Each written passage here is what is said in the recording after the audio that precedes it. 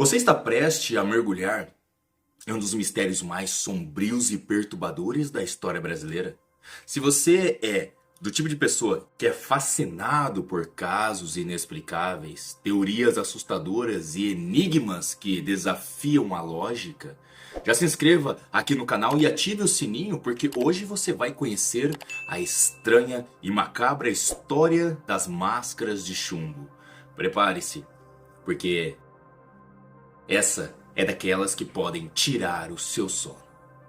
No dia 20 de agosto de 1966, um jovem de apenas 18 anos, chamado Jorge da Costa Alves, saiu para fazer algo corriqueiro, empinar pipa no Morro do Vintém, em Niterói, Rio de Janeiro.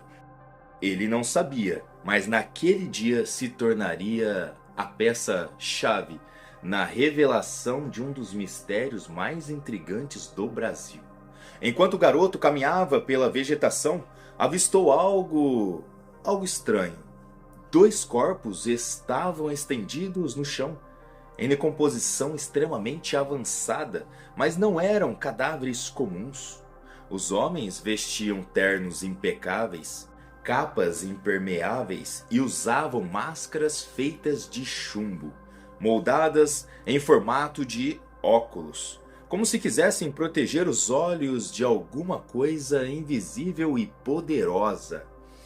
Ao redor deles, uma cena ainda mais perturbadora: uma garrafa de água vazia, um pacote com duas toalhas e um caderno de anotações enigmática. O cenário parecia mais a preparação para um ritual do que para qualquer atividade comum. Mas quem eram aqueles homens? E por que estavam ali, vestidos de forma tão peculiar, com máscaras pesadas de metal sobre os seus rostos? As vítimas foram identificadas como Manuel Pereira da Cruz e Miguel José Viana, dois técnicos em eletrônica da cidade de Campos dos Goyatacazes, interior do Rio de Janeiro. Amigos próximos, conhecidos por serem estudiosos e fascinados por tecnologia, experimentos e também assuntos espirituais.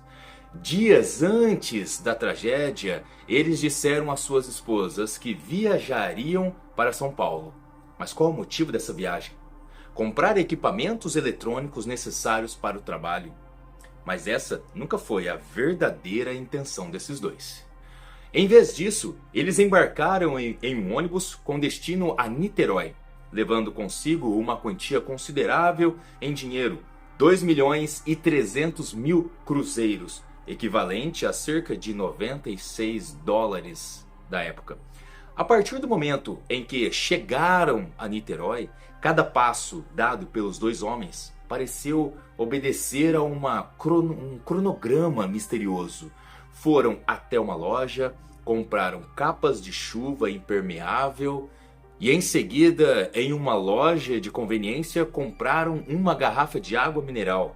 Segundo relatos da atendente do lugar, Miguel parecia visivelmente nervoso, como alguém que tinha uma hora marcada para algo muito importante. E depois disso, desapareceram por completo, até serem encontrados mortos no alto do morro. Entre os pertences de Miguel, a polícia encontrou um pequeno bloco de anotações. Em meio a números, símbolos e referências a válvulas eletrônicas, havia uma frase que se tornou central nesse mistério. Às 16h30, estar no local determinado. Às 18h30, ingerir cápsulas após efeito. Proteger metais, aguardar sinal, máscara. Uma mensagem curta, sem muito sentido, mas que carrega um enigma até os dias de hoje. O que eram essas cápsulas? Que metais deveriam ser protegidos? E que sinal eles esperavam ao usar as máscaras?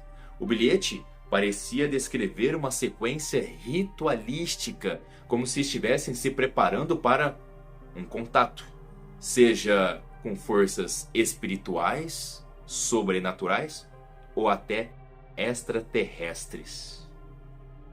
A polícia iniciou as investigações imediatamente. Após a descoberta, no entanto, desde o começo, tudo parecia cercado por contradições e falta de respostas. Não havia sinais de luta, agressão ou violência física. A área em torno dos corpos estava intacta, sem indícios de arrasto ou ataque. Era como se os dois simplesmente tivessem deitado e aguardado a própria morte. Um laudo realizado pelo Instituto Médico Legal foi incluído. O estado avançado de decomposição impediu a realização de um exame toxicológico adequado. Em outras palavras, nunca foi possível confirmar se eles ingeriram alguma substância tóxica ou alucinógena. Sem essa prova crucial, as autoridades ficaram presas em um beco sem saída. A hipótese oficial, no entanto, foi registrada como a experiência parapsicológica mal sucedida. Mas o que isso realmente significa? Uma das teorias mais aceitas na época era a de que Miguel e Manuel faziam parte de um grupo espiritualista científico. Em suas casas foram encontradas revistas e livros sobre ocultismo, parapsicologia e experiências de contato com entidades. De acordo com um amigo deles, Elcio Correia Gomes, os dois costumavam se reunir em locais afastados para realizar rituais. Nesses encontros, ingeriam substâncias alucinógenas acreditando que, assim, conseguiriam abrir a mente para receber mensagens de seres sobrenaturais. Naquela tarde de 17 de agosto de 1966, talvez tivessem planejado mais um desses rituais. As cápsulas citadas do bilhete seriam drogas ou remédios de efeito psicoativo que os deixariam em transe. As máscaras de chumbo, nesse contexto, serviriam como proteção contra algum tipo de energia ou radiação espiritual que acreditavam que poderiam cegar ou prejudicar seus olhos. Se essa teoria for verdadeira, tudo indica que houve uma overdose ou erro na dosagem. Em vez de alcançarem a iluminação, acabaram encontrando a morte. Entre todas as explicações, essa é a que mais chama atenção e alimenta a imaginação popular. Na mesma data da morte, uma moradora da região chamada Gracinda Barbosa Coutinho de Souza afirmou ter visto, junto de seus filhos, um objeto voador não identificado, pairando sobre o morro de onde? Do Morro do Vintém.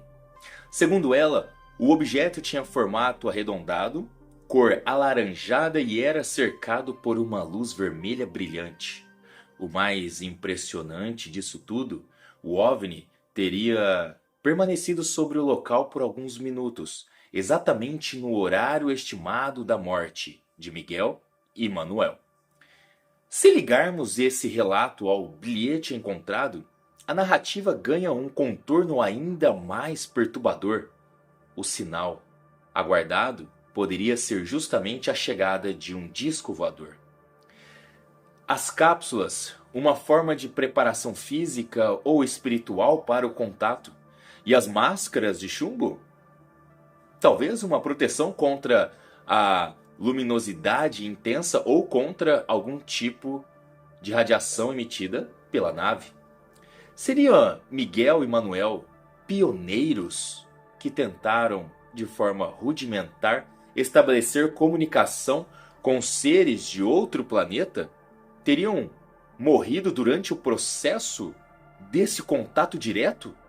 Outra linha de raciocínio sugere que os dois técnicos não estavam envolvidos em espiritualismo e nem ufologia, mas sim em experimentos científicos arriscados. Como especialistas em eletrônica, poderiam estar tentando desenvolver algum equipamento para captar sinais de rádio ou comunicação de longo alcance.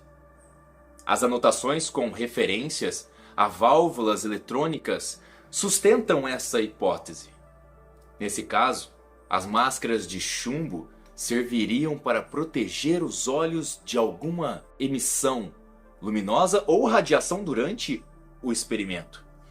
O problema é que, sem equipamentos adequados de proteção, poderiam ter sofrimento gravíssimos, envenenamento por radiação ou efeito colateral de algum composto químico usado nessa experiência.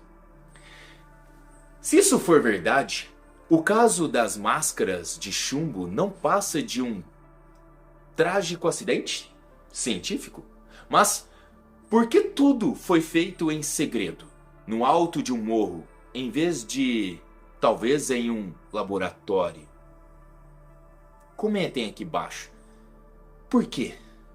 Embora menos mencionada, há quem acredite que Miguel e Manuel foram vítimas de um assassinato cuidadosamente disfarçado. Eles carregavam uma quantia considerável em dinheiro que nunca foi encontrada. Nunca acharam o paradeiro desse dinheiro. Além disso, as anotações enigmáticas poderiam ter sido manipuladas para despistar a investigação. Confundir quem estava investigando. Nesse cenário, alguém teria planejado eliminar os dois de forma silenciosa, encenando uma morte ritualística para confundir a polícia. O uso das máscaras e das capas impermeáveis, nesse caso, seria apenas parte de uma farsa macabra, que talvez tenha funcionado e muito bem. O problema é que não havia sinais de violência, o que levanta a pergunta: qual seria a arma capaz de matar sem deixar rastros? Apesar de todas as teorias, o caso foi arquivado 3 anos depois sem conclusão. Até hoje, mais de 5 décadas depois, continua sendo um enigma insolúvel. Foram 2 vidas interrompidas em circunstâncias bizarras, 2 famílias que nunca tiveram respostas e um país inteiro que até hoje especula sobre o que realmente aconteceu naquele morro. Foram vítimas de sua própria curiosidade? Mártires de uma experiência espiritual? Homens que pagaram o preço do desconhecido? Ou apenas 2 rapazes que tiveram o azar de participar de um experimento maldito? A verdade talvez nunca seja conhecida. Agora vem cá, eu e você. O caso das máscaras de chumbo mostra como a linha entre ciência, espiritualidade e loucura pode ser tênue. Miguel e Manuel buscavam algo além do comum. Seja iluminação, conhecimento ou contato, mas encontraram apenas o silêncio da morte. Talvez, para eles, a experiência não tenha sido um fracasso. Talvez, em seus últimos instantes, tenham acreditado que alcançaram o objetivo que viram ou sentiram aquilo que buscavam. Mas para nós, que olhamos de fora, resta apenas o mistério. Ficamos aqui apenas com o mistério. E você? O que você acha que realmente aconteceu com Miguel e Manuel? Teriam eles sido vítimas de um ritual espiritualista mal calculado? Estavam tentando talvez se comunicar com seres de outro planeta? Ou tudo isso não passou de um trágico acidente científico? Deixe a sua opinião nos comentários e vamos discutir esse mistério juntos. Não esqueça, se inscreva no canal, deixe o seu like e ativa o sininho também, porque assim você vai receber as notificações. Porque ainda temos muitos enigmas obscuros para desvendar. Nos vemos nos próximos vídeos.